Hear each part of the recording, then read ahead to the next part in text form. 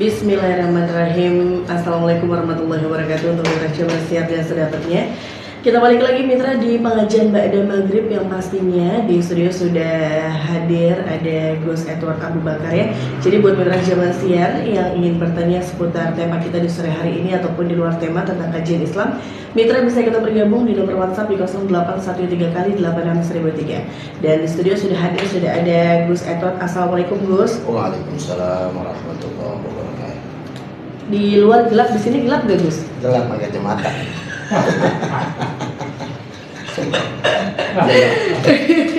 Baik, hari ini temanya apa Gus? Hari ini hari Senin kita pembahasan kitab Akhlaqul Ibanin. Ya, baik silakan. Assalamualaikum warahmatullahi wabarakatuh. Alhamdulillahirabbil alamin. Allahumma shalli ala sayyidina Muhammad wa ala ali sayyidina Muhammad. Amma ba'du, rabbi israh li sadri wa yassir li amri wahlul 'uqdatam min lisani yafqahu qawli. Shadaqallahul 'azim wa shadaqa rasulun nabiyil habibul karim wa nahnu 'ala dzalika minasy syahidina wasyakirina walhamdulillahi rabbil alamin. Yang saya hormati dan insyaallah dimuliakan oleh Allah Subhanahu wa taala, mitra Erlangga di mana saja Anda berada. Semoga Allah berikan sehat walafiat, panjang umur, berkah selamat dunia akhirat, dan mudah-mudahan banyak duitnya. Amin. Yang saya hormati juga di studio ada Ayang Mami dan Ayang Pandu. Mudah-mudahan sehat walafiat, panjang umur, berkah selamat dunia akhirat, dan mudah-mudahan juga banyak duitnya. Amin. Amin. Amin. Hari ini mitra Ganda kita membahas kajian kitab Akhlaqul Ibanin yang mana yang berjudul Al-Waladul Waqih, yaitu artinya seorang anak yang jelek akhlaknya. Al-Waladul Waqih, seorang anak yang jelek akhlaknya, la yata'addabu ma'al walidaih, ia tidak beradab kepada kedua orang tuanya, jadi dia songong dengan orang tuanya. Wa asatidatihi, dan para ustadznya atau para gurunya. Wala yahtarimu man huwa akbaru minhu, ia tidak menghormati orang yang lebih tua darinya. Wala yarhamu man huwa asgharu minhu, ia tidak menyayangi orang yang lebih muda darinya. Jadi tidak berakhlak kepada kedua orang tuanya, tidak berakhlak kepada guru-gurunya, tidak berakhlak dengan orang yang lebih tua dan orang yang lebih kecil. Maka ini bahaya, karena sebelumnya kita membahas kitab Akhlaqul Ibanin, seorang anak diajarkan akhlak dari kecil untuk kelak dewasanya bisa dihormati dan bisa dicintai oleh orang sekelilingnya. Salah satunya orang tuanya, gurunya, saudaranya yang lebih besar ataupun yang lebih kecil. Akan tetapi ketika dia tidak memiliki adab atau sopan santun ataupun akhlak kepada orang tuanya, kepada gurunya, kepada saudaranya yang lebih besar ataupun yang lebih kecil, maka tidak ada yang mencintainya, tidak ada yang menyukainya. Maka daripada itu kita sebagai orang tua wajib betul mengajarkan adab, mengarahkan anak kita agar anak kita dan saudara-saudari kita memiliki arahan agar sopan santunnya, tingkah lakunya, akhlaknya bisa menjadi lebih baik. Dilanjutkan pembahasan wa yakdibu idza takallam. Ia selalu berbohong apabila berkata-kata. Wa yarfa'u sautahu idza dhahika, dan mengangkat suaranya apabila tertawa. Jadi anak yang tidak baik salah satunya yaitu ketika berkata atau berucap atau berbicara sering berbohong. Yang kedua, sering tertawanya besar sekali, tidak menghargai orang tuanya, gurunya ataupun saudara-saudarinya. Wa yuhibbu syamta, dan ia suka memaki, seucap sekata seenaknya. Jadi orang tuanya dikata-katain, saudaranya dikata-katain, apalagi gurunya dikata-katain. Maka inilah tidak baik untuk seorang anak ataupun kita yang mendengarkannya. wal kalam al qabiha, dan ketika dia berkata itu tercela atau tidak baik, sering keluar bahasa penghuni ragunan, penghuni utang itu pada dibawa-bawa. Maka ini adalah kalimat-kalimat yang tidak baik. Alangkah baiknya ketika seorang anak, ketika seorang manusia, dia berkata dengan orang tuanya, gurunya, dan saudara-saudarinya, maka dicerna dulu perkataannya. Maka ketika dia keluar perkataannya, insya Allah minimal jangan menyakiti atau meledek orang sekitarnya. Wal mukhasamatu wa yastahzi'u bi ghairihi, dan bertengkar serta memperolok-olok orang lain. Jadi ngeyel, sering ledekin, sering bikin masalah kepada orang lain. Tanpa kita sadari, kita sering melihat seorang anak di sekeliling kita ataupun di rumah kita, kalimatnya tidak enak, sering melawan orang tua, ataupun bisa menimbulkan pertengkaran kepada orang tua, kepada saudara-saudarinya. Karena anak sekarang apabila kita tidak perhatikan, maka mereka tidak memiliki adab. Kasihannya ketika nanti usia tambah lanjut ataupun sudah dewasa, maka dia tidak ada yang menghargai karena sering berbohong, berani dengan orang tua dengan kalimat yang tidak baik ataupun nada-nada yang tinggi. Wa yatakabbaru alaihi, dan ia menyombongkan diri. Kalau bahasa orang Betawi, ngabul, nggak boleh ngabul. Jadi ngomongnya apa adanya, jangan seenak kita, seenak bacot kita. Wala tahyi ayyak malal qabiha, dan ia tidak malu kalau berbuat yang tercela. Naudzubillah. Ini yang lebih bahaya. Ketika sudah melakukan perbuatan yang tidak baik, lalu seorang anak Adam, dia tidak malu dengan perbuatan-perbuatan yang tercela. Maka semoga Allah berikan taufik hidayah kepada kita semua dan kepada keturunan kita, agar bisa malu kepada Allah Subhanahu wa taala, agar bisa malu kepada Nabi Muhammad SAW, dan minimal kita malu kepada orang tua kita dan saudara-saudari kita. Wala yasma'un nasihah, dan ia tidak suka mendengar nasihat. Naudzubillah. Jangan sampai kita pertama jauh dari nasihat, jauh dari arahan hidup, ataupun kita jarang ngobrol ataupun jarang mendengar nasihat-nasihat. Kita wajib dari kecil sampai tua wajib mendengarkan nasihat, karena di dalam nasihat ada ilmu Allah Subhanahu wa taala. Karena ketika kita jauh daripada nasihat, naudzubillah, jangan sampai hidup kita terbengkalai ataupun tidak terarah ataupun rusak. Baginda Nabi Muhammad SAW bersabda dalam hadis arba'in yang ketujuh, antaminid dari an-nabi sallallahu alaihi wasallam qala adinun nasihah, qulna liman, qala lillahi wal kitabihi wa li rasulihi wa li a'immatihi al-muslimina wa amatihi. Dari Tamim Ad-Dari bahwa Nabi SAW bersabda, agama adalah nasihat. Siapa yang melakukan perbuatan baik dengan agama lalu dia berkata, maka itu nasihat. Nasihat itu dia yang memberikan arahan lebih baik, bukan menghancurkan arahan hidup. Lalu para sahabat bertanya, untuk siapa agama itu nasihat? Lalu baginda Nabi Muhammad SAW bersabda, beliau menjawab, untuk Allah, untuk kitab Allah, untuk Rasul Allah, dan untuk para pemimpin muslim dan mereka secara umum. Jadi nasihat agama itu adalah nasihat. Nasihat itu adalah kebaikan ataupun arahan hidup agar bisa terarah. Bukan hanya kita, tetapi juga kita bisa mendapatkan arah hidup dari Allah Subhanahu wa taala, yaitu dari Al-Qur'anul Karim, dari kitab Allah, dari kitab dari para rasulnya Allah Subhanahu wa taala termasuk para nabi, lalu mendapatkan nasihat dari para pemimpin muslimin yaitu alimil ulama, dan semua siapapun di antara kita yang bisa memberikan nasihat maka nasihat.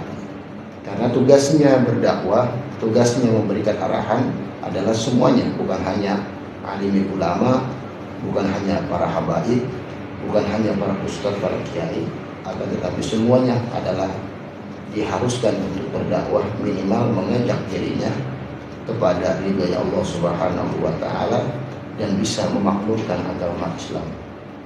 Hadis ini diriwayatkan oleh Bukhari, Abu Daud, At-Tirmidzi, An-Nasa'i, As-Syafi'i, Ahmad, Darimi, Ibnu Hibban, Tabrani dan lain sebagainya. Hadis ini adalah hadis sahih.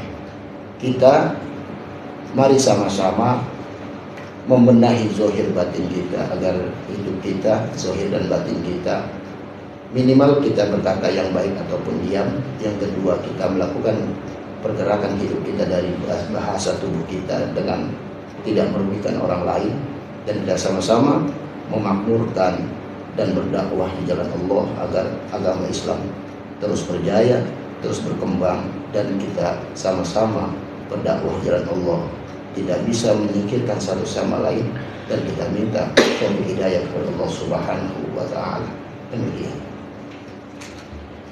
Iya, baik, untuk mitra Jamal Siar, silakan bagi mitra yang ingin bertanya, silakan mitra bisa kita bergabung di nomor WhatsApp di 0813 kali 86003 ya. Tema kita di sore hari ini ataupun di luar tema tentang kajian Islam. Baik, di nomor WhatsApp sudah ada dari Bunda Kembar di Kawasaki Gang Pemuda Rawapanjang. Assalamualaikum Gus. Waalaikumsalam. Saya mau bertanya masalah sholat istikharah. Kalau kita sholat istikharah, petunjuk dia terus itu gimana ya, Gus? Jawabannya kali ya. Iya mungkin. Mungkin. Saya sudah ngerjain sholat istikharah udah lebih dari 7 kali. Pertanyaannya, saya kalau saya mengerjakan sholat istikharah setiap malam itu boleh lebih dari 7 apa tidak? Gitu pertanyaannya gitu. Baik, makasih atas pertanyaannya. Jadi sholat istikharah itu dilakukan, jadi sholat dulu baru, sunnahnya adalah sholat dulu baru bobo, baru tidur. Berbeda dengan tahajud. Tahajud sunnahnya adalah tidur dulu baru sholat. Dilakukannya sebanyak 7 kali boleh.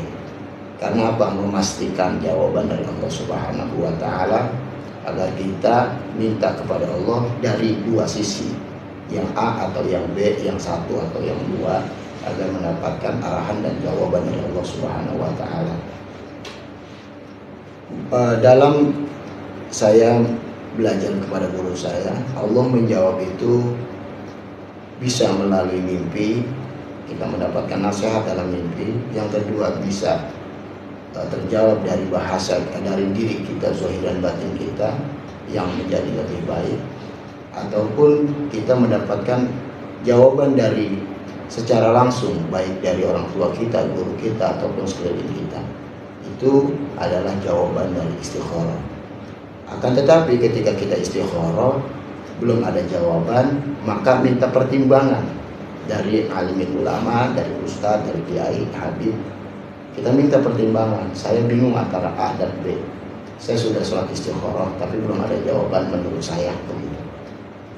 Jadi menurut guru, menurut ustadz, menurut kiai, menurut habib, bagaimana? Jadi daripada kita melakukan istikharah lalu belum juga mendapatkan jawaban, maka alangkah lebih baiknya bertanya kepada guru mengenai hal atau sesuatu yang membuat kita bimbang antara yang satu dan dua. Yang jelas sholat istikharah adalah minta jawaban kepada Allah antara dua masalah, ataupun dua pilihan, ataupun dua jalan. Begitu. Ya. Baik, selanjutnya ada Saryanto. Assalamualaikum Gus. Waalaikumsalam. Saya mau nanya nih, saya punya teman saya tuh pinjam uang 300. Nah pas mulangin dilebihin 10.000. Itu termasuk riba apa enggak? Tapi berulang kali itu minjemnya. Jadi minjem selalu dibalikin ada lebihnya. Iya. Kalau namanya riba itu, ya bahasanya benar juga, salah satunya pinjam 300 balikinnya lebih gitu. Akan tetapi ketika kita yang minjemin tidak minta dilebihin maksudnya, itu nggak apa-apa. Yang kedua, tanya sama yang mengembalikan uang itu, ini yang 10.000 apa namanya lebihnya maksudnya apa. Kalau memang dia maksudnya untuk senang karena kita sudah nolong dan dia juga senang kepada kita dengan bentuk misalkan hadiah, itu gak apa-apa. Jadi tidak riba. Yang jelas riba itu salah satunya kita yang ngomong balikin sekian, terus orang yang minjam itu tidak sanggup, ataupun yang selanjutnya kita takut-takuti, tidak ada kesepakatan di antara kedua. Akan tetapi ketika ada orang yang minjem lalu yang minjem melebihin, tapi harus ada kalimat biar yang nerima kagak kebingungan. Iya. Nah, misalkan yang ini 300 nih ya bayar utang, ini 10.000 buat lo. Ini gua senang banget lu udah minjemin, lu udah bayar sama gua, makanya ini gua hadiah dah 10.000. Nah ini bagus, jadinya yang minjemin kagak bingung. Iya. Selanjutnya datangnya dari Lia di Bekasi. Assalamualaikum Gus. Waalaikumsalam. Apa benar tidak setiap janji disebut nazar? Iya dong. Yang disebut nazar itu kita janji kita kepada Allah. Contoh, ya Allah, saya kalau punya rumah besok, punya rumah, gitu, nggak kredit, tiba-tiba saya punya rumah, saya puasa sehari. Ini nazar kepada Allah Subhanahu Wa Taala, bukan janjinya kepada manusia. Kalau nazar sama Allah sebelum mati harus dilakuin. Lebih bagusnya ketika sudah terlaksana maka lakuin yang pertama. Yang kedua, ketika nazar itu jangan yang berat-berat. Contohnya kayak tadi, saya minta ya Allah biar punya rumah, mudah-mudahan kalau punya rumah saya ngeluarin 2 juta buat bagiin orang makan dah, itu kan berat. 2 juta menurut saya berat. Yang ringan-ringan aja, misalkan saya punya 1.000 ya Allah, saya mau kasih duit bocah buat jajan, nah ringan tuh. Yang ketiga, nazar itu jangan dilakuin sering, karena ntar bahasanya bukan sumpah yang mudah, ini soalnya bukan janji yang mudah. Yang mepet, benar-benar mepet, barulah nazar pertama. Yang kedua, ketika kita nazar harus ada saksi. Takutnya ketika kita masih hidup kita lupa atau kita ingkar, maka kita dapat dosa banget tuh, dosa besar.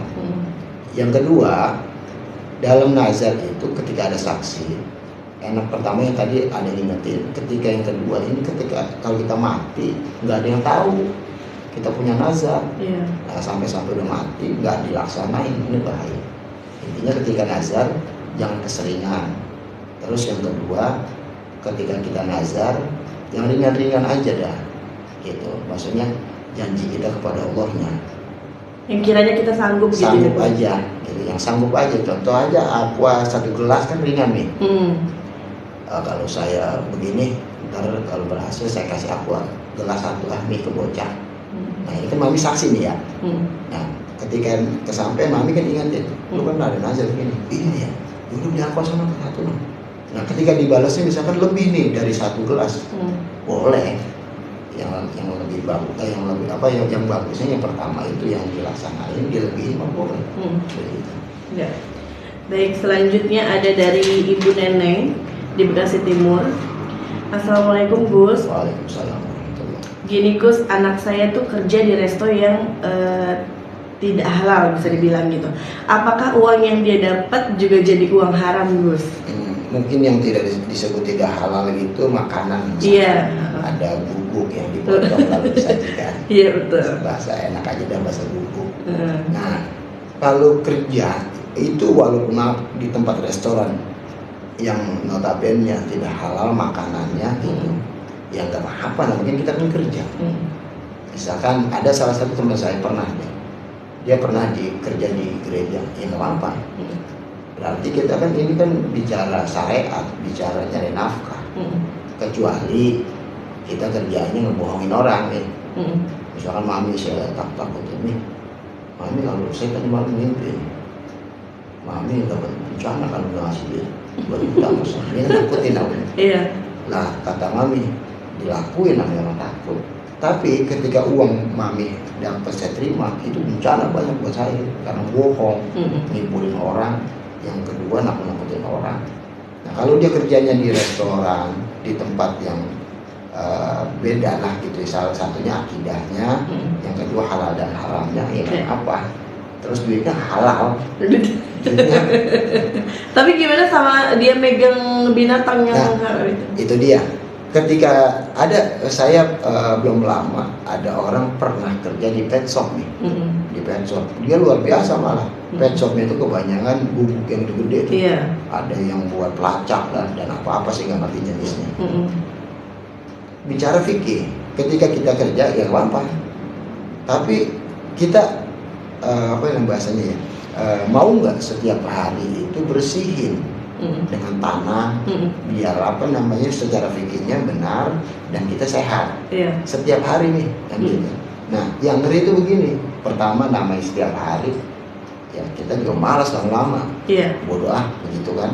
Yang kedua, kalau orang yang melakukan sholat, misalkan pagi megang, zuhur nih, dia ngebasuh dulu kan, mandi lagi, gitu. Nah, setiap waktu begitu tuh, kayaknya badannya kisut nih, jadi kedinginan lagi.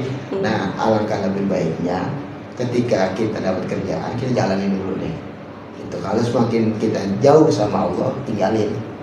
Gitu. Semakin kita menjauhi kita kepada Allah, tinggalin, jangan diterusin. Bukannya tempat itu jelek, bukan, kitanya yang bahaya. Begitu. Iya. Baik, selanjutnya dari hamba Allah. Assalamualaikum Gus. Waalaikumsalam. Hukum membagi warisan sebelum datang kematian, Gus. Nah, itu kalau namanya warisan kan udah nggak ada orangnya. Namanya warisan. Kalau belum meninggal ya itu bahasanya pembagian, bukan warisan, hadiah. Ya maksudnya orang tua saya masih ada, terus kumpul anaknya. Nih lu yang sebelah sono. Nah lu yang dekat anak ayam. Nah, lu yang dekat masjid itu samping sebelah kiri masjid. Nah lu yang di sono noh. Nih satu nanya saya di mana? Yang di pojok itu tanah sapi, jangan, itu tanah orang udah dipakerin. Kan gitu. Ini kan namanya pembagian, bukan warisan, hadiah.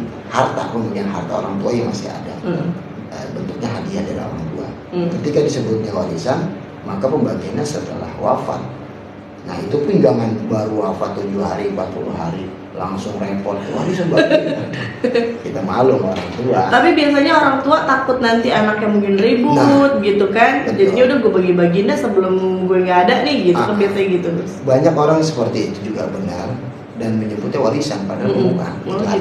Itu bahasanya sama-sama titipan ya, namanya hadiah titipan, warisan titipan. Bedanya kalau namanya warisan sudah wafat. Nah kalau bagusnya memang benar kata Nabi, sebelum wafat mendingan bagiin dah, daripada ntar ketika wafat pembagian nggak benar, malah ada salah satu yang jadi apa ya, tidak kebagian lah, terzolimi bahasanya. Itu daripada begitu mendingan bagiin aja dulu. Malah saya nonton sinetron itu kan wasiat, ada wasiat. Nah itu beda lagi tuh. Saya serahkan sebanyak 90% harta saya serahkan kepada ayah mami. Wah, ayah dadakan nih. Padahal ini yang nulis wasiatnya, yang bagi kita rezeki bukan orang tua. Mungkin itu orang tua angkat, mungkin kita baru kenal. Nah ini wasiat berbeda, bukan warisan. Oh gitu ya. Baik, selanjutnya ada dari Fatma. Assalamualaikum Gus. Waalaikumsalam. Berburu hewan tapi menggunakan ketapel. Berburu hewan, intinya begini, mau ketapel, mau tembakan, gitu, mau pisau dan lain sebagainya. Kalau berburu kan harus ada alasannya. Hewan itu mengganggu tidak, atau hewan itu merusak atau tidak. Kalau memang memburu dengan dalih itu nggak ada, hanya hobi, jangan. Nah jadinya dosa. Nah walaupun pakai ketapel, ya dosa, pakai sepetan aja karet kayak dosa, nyakitin kan gitu. Intinya harus nyari alasan dulu, kenapa berburu. Misalkan maaf, ada sebagian orang berburu di hutan itu, ada babi itu diburu karena apa? Babi ini ganggu, merusak hutan, merusak tanaman dan lain sebagainya, silakan gitu. Nah lebih bagusnya berburunya itu ketika diburu maka dagingnya harus ada manfaat nih. Ini hewan harus misalkan kalau berburu babinya ini harus bermanfaat, jangan kubur aja. Nah saya Islam Ustaz, apa namanya Gus, saya nggak makan babi. Nah, teman kita kan ada yang makan babi, kita kasih, kita hubungin nih, ada babi nih 2, sayang tadi yang berburu, kan begitu. Jadinya ada manfaatnya. Jangan sampai ketika berburu hanya ngebunuh dan nyakitin uang. Pertama harus ada alasan berburu, yang kedua ketika berburu jangan nyakitin uang. Iya, baik. Selanjutnya ini ada dari hamba Allah juga nih, ada namanya. Dia bilang katanya sering tertiban jin ketika tidur tuh gimana Gus? Rep-rep kali. Iya, mungkin kayak gitu. Itu bagaimana rep-rep, kalau bahasa orang kampung mah di rep-rep saya. Saya pernah baca tuh rep-rep. Orang itu saya nggak pernah lihat jin, maksudnya nggak pernah setan. Bentuk setannya itu kalau nggak salah kakinya panjang, tangannya panjang. Terus kenapa orang rep-rep itu nggak bisa ngomong? Lidahnya itu kata dalam cerita dalam gambarannya itu dan ceritanya itu lidahnya masuk ke mulut kita nih, maka kita nggak bisa ngomong. Yang kedua tangannya itu megangin tangan kita kanan dan kiri. Kakinya dia pun bahasanya nginjek nginjek orang manusia. Jadi iblis setan itu bentuknya begitu. Terus bagaimana tuh ketika ditiba di setan? Satu, pertama bukan masalah doa. Kita punya hadas nggak nih? Contoh, kita mau tidur, kita kencingnya tadi di pinggir jalan, maka lebih bagusnya kan mau agama pun, mau umum pun bahasa ininya kita bersih dulu nih. Kita kalau perlu ganti baju, semuanya ganti, bersih dulu. Yang kedua, doa, berdoa insya Allah. Jadi berdoa itu kan diharuskan dalam Islam, di awal sama di akhir. Doa mau tidur baca, habis tidur baca, biar nggak ada gangguan. Yang jelas banyak pernah saya menanya orang kalau berbicara rep-rep itu lebih notabene karena dia punya dia dirinya itu kotor gitu. Jadi bajunya kotor ataupun hadasnya ada dan lain sebagainya. Dia bersih dulu dan berdoa kepada Allah. Apalagi cakepnya dia sholat sunnah dulu sebelum tidur, itu lebih bagus lagi, biar tidak ada gangguan setan dan jin. Ya baik, itu sekaligus pertanyaan terakhir. Jadi buat mitra Syamasiar, bagi mitra yang masih ingin bertanya, mudah-mudahan besok bisa kita bergabung kembali di pengajian Ba'da Maghrib. Terakhir silakan penutup Gus. Mitra yang di mana saja berada, perlahan-lahan kita bangkit, kita memperbaiki diri kita, memperbaiki zahir dan batin kita. Kita jangan gampang, jangan mudah menilai orang rusak lalu kita bilang dia rusak. Jangan mudah melihat orang yang baik lalu kita ikuti. Akan tetapi kita sama-sama menghargai manusia dan terus memperbaiki diri kita, mencari nasihat di jalan Allah Subhanahu wa Ta'ala, dan kita ajak sanak famili, saudara, bahkan keturunan kita minimal dalam lisan dan akhlaknya bisa menjadi lebih baik, dan kita semua bisa sama-sama untuk husnuzon kepada semua makhluk Allah Subhanahu wa Ta'ala, sehingga hidup kita tambah indah, tambah nikmat, dan kita jangan melihat perbedaan, kita jalani walaupun ada di sekitar kita perbedaan. Mari kita berdoa kepada Allah Subhanahu wa Ta'ala, mudah-mudahan doa-doa kita diijabah oleh Allah Subhanahu wa Ta'ala. Bismillahirrahmanirrahim. Alhamdulillahirabbil alamin. Allahumma shalli ala sayyidina Muhammad wa ala ali sayyidina Muhammad. Rabbana dhallamna anfusana wa illam taghfir lana wa tarhamna lanakunanna minal khasirin. La ilaha illa anta subhanaka inni kuntu minadh dhalimin. La haula wa la quwwata illa billahil aliyyil azim. Rabbana hab lana min azwajina wa dhurriyyatina qurrata a'yun waj'alna lil muttaqina imama. Rabbi habli minas salihin, Rabbi habli minas salihin, Rabbi habli minas salihin. Rabbi ighfir lana wa li walidayna warhamhuma kama rabbayana shighara. Allahumma arinal haqqa haqqan warzuqna ittiba'ah wa arinal batila batila warzuqna ijtinabah. Allahumma rzuqna kamalal mutaba'ati lahu zahiran wa batinan ya arhamar rahimin. Rabbana atina fid dunya hasanah wa fil akhirati hasanah wa qina adzaban nar. Wa sallallahu ala sayyidina Muhammadin wa ala alihi wa sahbihi wasallam. Walhamdulillahi rabbil alamin. Assalamualaikum warahmatullahi wabarakatuh.